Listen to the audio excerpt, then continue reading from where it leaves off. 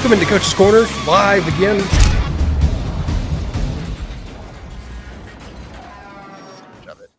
See, this is why I ask. This is why I tune into Coach's Corner every week too. You guys make us smarter.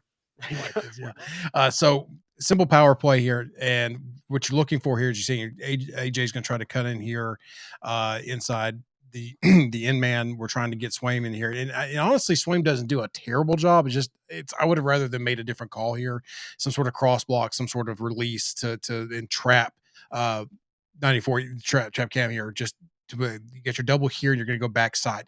This is who Saffold is pulling through, but really when you're power pulling as an offensive lineman, it's first opposite color you see.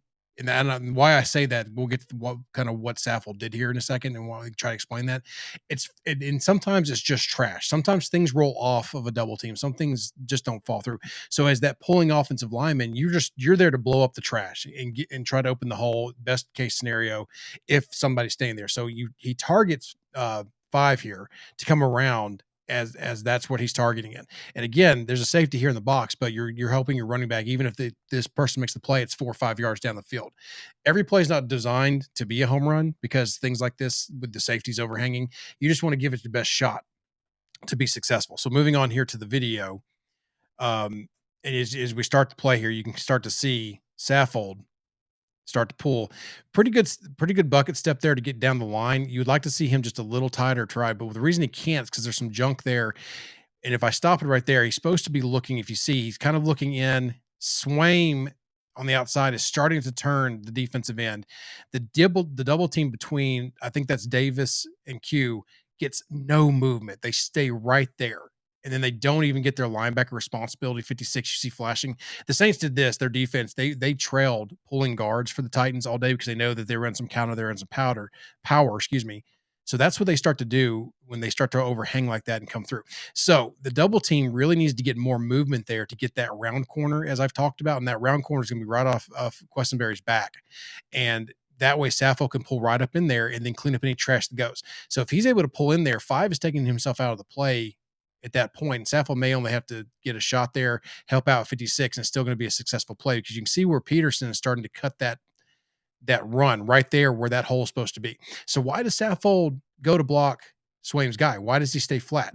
Well, first of all, that double team, there's where Saffold supposed to pull up into the hole. He gets no gap. He sees something coming late there and goes to go hit it. He then wraps. Watch him here. He's wrapping around, because what happens sometimes with this play, if everything is junked up in the middle, the guard does have a chance to wrap around to go outside. And look where that's starting to go if he does that.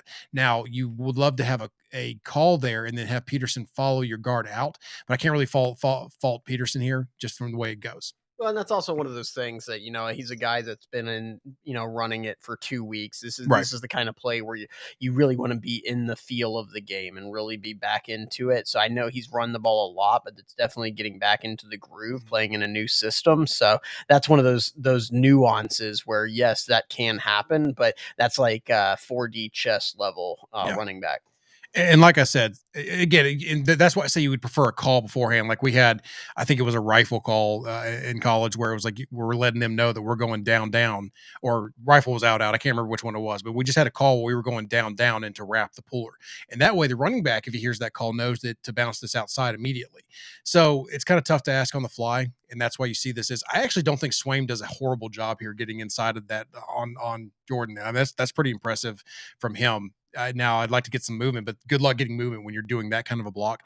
Really, the culprit here is that double team just stalemating right there, 2-on-1. Heck of a job by that 3 technique. Heck yeah, that's what you teach. You get wide, get tough to move, and then give your linebackers a chance to roll over the top, and that's what happens for the Saints. This is the kind of play that doesn't show up on the stat sheet if you're a defensive tackle. And I know there's lots of talk about stats versus performance with Jeffrey Simmons, but that's the kind of play you'll see from a defensive tackle that absolutely impacts a game. Right, exactly. I mean, exactly. That's a great point. People want to comment about how they're not getting tackles. Well, that he's not going to get anything in the stat book. No one's ever going to recognize what that 3 technique did there. But he made that play by being a stopgap and not letting the Titans get any movement there. But again, that's how close that is from being a 1-yard gain to maybe a 5 or 6 yard gain. Titans are an on-schedule team, and these are the kind of things that you see reoccurring with this run game. And that's the only reason why I was concerned. So I want to see these things cleaned up, because if you're going to be basic, that's fine, but be efficient. I can't wait till I I hear from like Twitter or something. That's actually a 5-eye technique, not quite a 3 technique. Right, whatever. Yeah. So here Clearly, you've never played a down of football. clearly you never played anyway.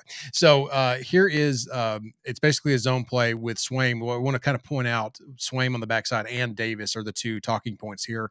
But just to kind of show you everyone's assignment, the reason I've got 2 lines on Ben Jones, just to kind of show you that he is stepping to that play side gap first. And the reason he's doing that is in case this defensive lineman here stunts inside, Saffold can just keep climbing, because if he's stunning, because defense a lot of times is replacement football, where if they're playing gap scheme, that the defensive tackle, the 3 technique is going to roll into the A gap. Someone's replacing him in his B gap, so Saffold can't get turned in. And defense will try to do that to zone teams to try to screw up their cloud areas and where they're climbing. So just to point out, that's why I had that there, because Jones is going to take a step here to check A gap, then climb, and he's looking out here to 56, and then we have, or he's looking to press front side. Everyone else is scooping, Pause. going here. Cloud area. Let's explore that as we're talking to our listeners here. Yeah. So cloud area basically is the area when we used to draw this play up, and I wished I had my ability to draw the pin, because I would draw how we used to draw it up. We would go to a gap, an A gap, and we would draw a cloud around that, because the reason you want to say that is because it's whatever shows up in that area. You're not necessarily stepping to a man responsibility. You are stepping to a cloud, to an area. So and you draw that cloud bubble around there, just because anything that shows up in this area is where you're going to be your responsibility. So when I say cloud area, I mean that he's stepping to an area first. It may be that defensive tackle pinching backside. It may be a blitzing linebacker. He may have nothing, and now he goes to his next level, just whatever's in that bubble. And that bubble goes up through the second level, just to his A gap responsibility there. I mean, who says that, football locker rooms are this place of toxic masculinity? They're doing arts and crafts, drawing clouds on the board. Whatever gets the point across to teach. So let's go and play the play here just real quick. You'll see Swaim here. He's going to cut the backside, and I didn't touch on that with the graphic, but Swaim is going to cut the backside because Q is automatically scooping up. See, you've got a hand on the defensive end there, but he is looking. Q doesn't do anything other than he's trying to set up the block here for Swaim coming down the line, and he's looking to cut off that backside.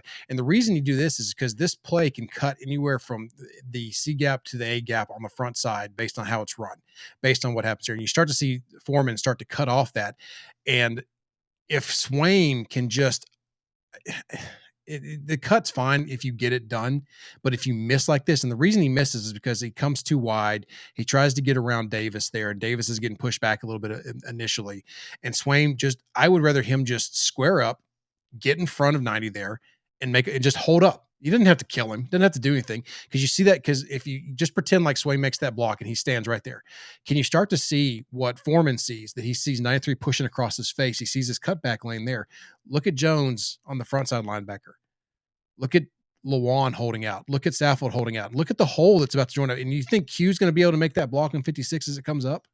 I think so. One-on-one with a safety.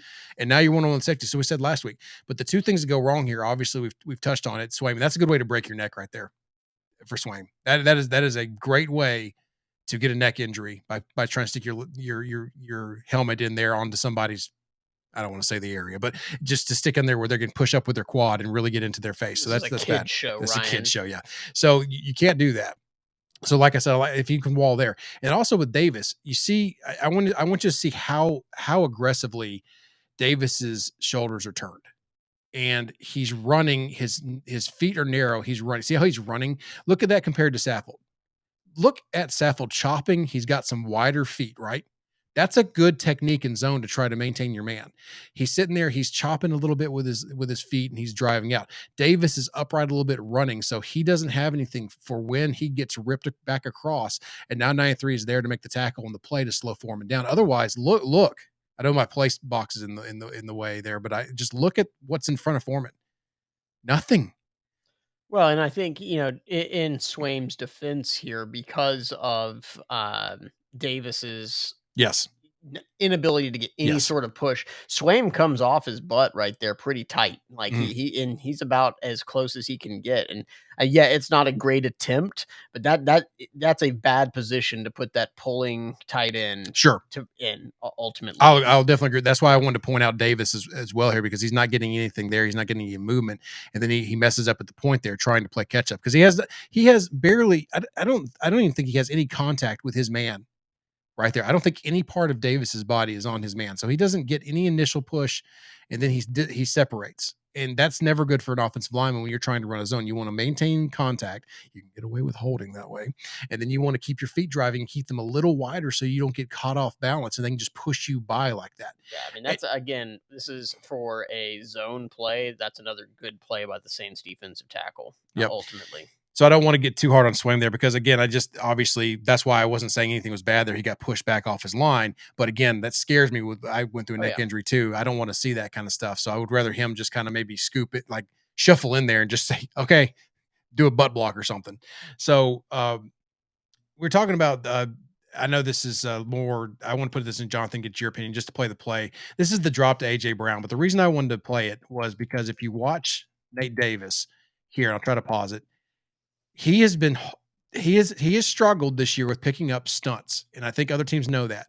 So you have your tackle going out, and then your defensive end looping in, and Davis doesn't see it correctly. And Max, I see you chatting in there. I'll get back to your some questions here in a second. I apologize. I've got the way I'm sharing. I've got this block in the comments. So Jonathan, if you can help me out with that, I appreciate it. So he doesn't hold up there. He gets nothing on that looping in. And now Tannehill, watch his feet. He's not able to step into throw. He's got to rush it. It's not good. So you see that happening. And that again is Davis not recognizing. So he's got to be able to shuffle out, notice that the cue is right there. Have his at this point in time, you're going to get stunted on. That sounded horrible, but you're going to get the stunts thrown at you. So you've got to be prepared for him. He's got to get flatter down the line and see how he's turned with his shoulders. If he's a little flatter or parallel with his shoulders, he's able to pick that up and at least run it inside a little bit.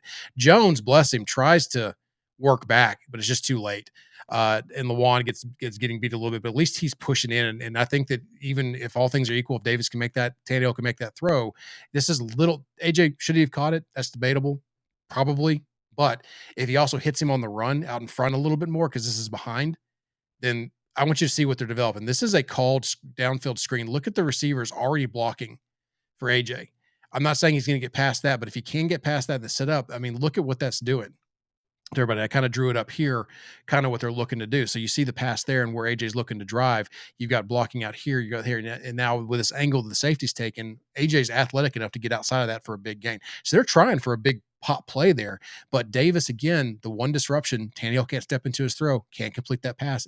That's why they call it a game of inches. Yeah, a couple of things here. So you see all these receivers out there already breaking down to block. So why is this not offensive pass interference? You can't block downfield before the receivers caught the ball. If you look closely, they're being very careful of breaking down a few yards away. They're actually not making any sort of contact with these. So this is essentially a screen pass that they're setting up for them. So you got to be real careful about that. This is a 3rd and long play. You're not going to run this against press coverage a lot, you're not going to run against press coverage at all. But if you see that a guy's, this is kind of a new NFL thing that you'll see run pretty often. Anytime you see that off coverage on a 3rd and long where they're sitting back at the sticks, protecting the sticks, says, okay, cool, we'll throw it underneath, but we're also going to have 5 blockers. So best of luck to you. It worked against the Titans at least 3 times last year, actually. The other thing I want to talk about is on the twist up front in that offensive lineman. We talk about in the banjo concept, whenever you're dealing with a bunch formation on the receivers and how you're going to read that. Essentially, if your guy goes in, you got to expect something else is coming back. Same thing on the twist concept up front. Nate Davis is seeing his guy go outside. He has to already be expecting something is coming back. That has to be your instinct right there, that there is another guy coming back inside there. And so, again, I think that's a mental lapse from Davis. He has the athleticism to get back over there, but his head's just not in the game and making the easy things happen right here. And unfortunately, that's been a pretty recurring concept for him. And it's stuff that he was doing last year. And I think that's the most frustrating part. And I think it's probably frustrating for Davis too, is that he had a rough start to last year, but then he really came along because he was doing things like picking up the stunts he didn't get earlier in the year. And I don't know if that's because the different tackle play, if there's been some stuff going on. He had COVID, he's had concussion struggles. There's some stuff going on here. So moving along here, this was another Peterson play just to show this is another outside zone. This was to, I think, late in the game, just try to ice it. And again, this is sometimes defense makes plays, but you see that what the scheme is supposed to look for. And again, I've got everybody drawn up to an area not to a person, because they're stepping to that area again. If you don't draw clouds on here next week, I'm going to be pissed. All right, just for you, I'll draw some clouds on here. So here to go through the play here, just another outside zone, and you see it start to develop. Look at everybody. Look at the offensive line. Everybody is turning their shoulders and getting to the next gap. So immediately it's a delayed run blitz. I mean, it is. Look at 5 is moving at the snap. It's a delayed run blitz. It's tough to pick up, and he's going now, and he is targeting here. Now, what should have happened here? What could have been better? Well, first of all, I think Saffold can possibly try to recognize this a little more. And instead of having that step right at 99, he can try to push off and comes flat down the line. Now, see how his leg is stepping more up the field? If he can come flatter to try to cut that off and get there. Ben Jones also, I think, because look, he's got a 3 technique. He's got to protect that A gap. And he turns a little too much to me to get out here. Now, again, he gets a good pop there, and you see him in a second. He'll turn back around to look because he knows he's looking for that linebacker trying to come through, but that's behind him. So it's tough for me to put this totally on Saffold because, look, he's got a 1 technique right there at the start. He's stepping across. He knows he's got to give help to Lewan so he can climb. Because here's the thing, if 5 doesn't come, then that's perfect. They can get up there. So, I mean, it's tough to blame Saffold here. It's one of those things where in the moment you're like, be a football player, recognize what's going on, make a little bit of play. But that's tough ask. I kind of almost would like to see Ben Jones still stepping aggressively, but having maybe a little more square to the line so he can kind of see, because that at the snap, he's got that 3 technique all the way out there on, I think it's Brewer at this point, on Brewer, and he knows that he doesn't necessarily have to help unless there's a stunt. So I think that once he recognizes that it's not immediately on him, I would love to see him get a hand there just to give the Titans a chance to at least get the ball to the running back before there's someone in the backfield. Yeah, It's tough. It's tough though. Yeah, and I think this is one of those because that's a blitz. It's already a called Mhm. blitz. Just like in the pass game, or pass defense, you're going to run certain concepts there, and you just know that there are certain pass concepts that can beat it. You're hoping they're not in those things. Right. This is one of those that they're with the play that you have called, the play that they called, they won. They called the right play in that situation because that's a heck of a play if the Titans are able to block that with the blitz that's called into that gap. And that's what I was saying when I started this, that sometimes, we said this earlier with the 3 technique, he was able to plug the hole on the double team. Sometimes NFL defensive and NFL defensive players just make plays. And the Saints, spoiler alert, are pretty dang good defense. Yeah, I think that's what's been forgotten about the Saints is how good their defense is. And frankly, I know a lot of people know about Aaron Donald and Jalen Ramsey on the Rams, but they're a freaking good defense as well, not just 2 players. So the Titans have gone through 2 very good defenses over the last 2 weeks. Yeah. So last play here, I did have a couple other things because I just wanted I may just show them here in a second. But last thing I want to talk about, just to show, again, just to show teams are doing this twist stunt to death, especially when Nate Davis is in the game, because it's a struggle to keep up. And again, here they get caught because they loop here. Defensive end again is going out to the tackle. Cam Jordan's coming around, and Nate Davis has to see this and pick this up. To point out here, where you've got chip. I think I drew the chip on the wrong player. Ferkshire's chipping here, and then he's releasing. McNichol is chipping on the end and releasing as well. We talked about this in our chat, whether this was what's the difference between 70 protection, 7 men in blocking, 50 protection, 5 men blocking, 60. I call this 50 with 2 chips trying to help on the edge because there's a chip and there's immediate release, as you'll see here as we get through the play. Everybody else should be, and just to call, the call here is back this way because you've got 1, 2, 3 offensive linemen coming back here to pick up the first 3 things that show up off this side. So you want to count more than likely, unless the defensive end drops, one of these 2 is going to be your tackle and defense is going to be your first 2 coming across, and then something on the edge here. And if they drop, then the tackle looks to fold back in and help. Over here, it's the same thing. They're looking to step out and out. They've got 1, 2 over here. If you go back to the Y, there's not anything that's an overhang or immediate threat there. So just to point those out, that's what their rules are here. So we go into the play, and like I said, the Saints start to stunt, and it's a delayed stunt too. Because I mean, it's just beautifully run where they loop in and he starts to go around, and Jones is trying his dangest to pass off to Davis, but Davis is just so I'm out here, I'm out here, I'm out here. Davis gets so turned around, he spins around. So I was asked in the chat, is this on Jones? Because shouldn't Jones come off this? You're dang right he should. but he recognizes that no one's picking up his person who's stunning across his face. And he can't just let him go to let someone else go, because he knows that he could potentially have help on the backside. He could potentially have, Saville coming across who does pick that up. But because they don't pass that off properly, Nate Davis doesn't recognize it, can't pick that up to allow Jones to go over. They get in there and Tannehill has to rush his throw. And again, it's completed. If he's able to have a little more time, can he possibly hit another receiver down the field? I know that it's tough to get them in the screen, but we got a couple breaking open possibly in some pockets down there.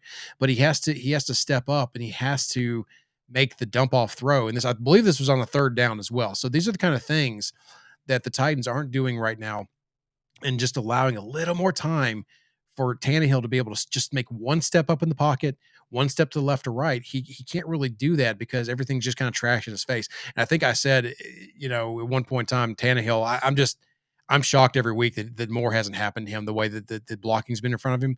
But just Davis is never a good sign. And I don't mean to joke about this, but it's never a great sign if you do a full circle. Yeah, if your back is on the defensive lineman, it's usually not a good thing. Right, exactly. So, yeah, that's the last play I want to go over. Anything there for that pass protection? Yeah, it's crap.